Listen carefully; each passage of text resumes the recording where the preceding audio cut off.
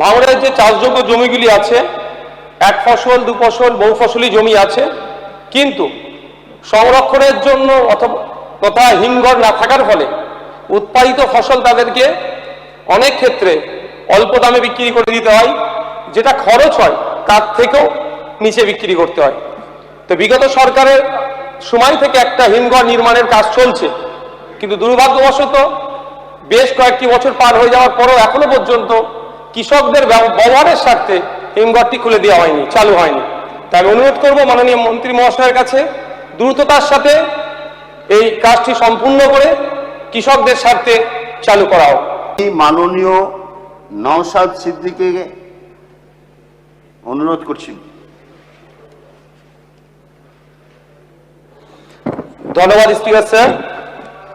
উল্লেখ পর্বে বিভাগীয় মন্ত্রীর দৃষ্টি আকর্ষণ করছি ভাঙড় বিধানসভায় নির্মীয়মান হিমঘরটি দ্রুত চালু করার জন্য।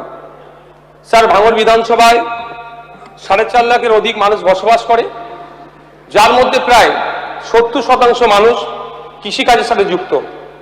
ভাঙড়ের যে চাষযোগ্য জমিগুলি আছে, এক ফসল দু ফসল বহু ফসলি জমি আছে, কিন্তু সংরক্ষণের জন্য তথা হিমঘর না থাকার ফলে উৎপাদিত ফসল তাদেরকে অনেক ক্ষেত্রে অল্প দামে বিক্রি করে দিতে হয়, যেটা খরচ হয় তার থেকেও নিচে বিক্রি করতে হয়। তো বিগত সরকারের সময় থেকে একটা হিমঘর নির্মাণের কাজ চলছে, কিন্তু দুর্ভাগ্যবশত বেশ কয়েকটি বছর পার হয়ে যাওয়ার পরও এখনো পর্যন্ত কৃষকদের ব্যবহারের স্বার্থে হিমঘরটি খুলে দেওয়া হয়নি, চালু হয়নি। তাই আমি অনুরোধ করব মাননীয় মন্ত্রী মহাশয়ের কাছে দ্রুততার সাথে এই কাজটি সম্পূর্ণ করে কৃষকদের স্বার্থে চালু করা হোক। ধন্যবাদ স্যার।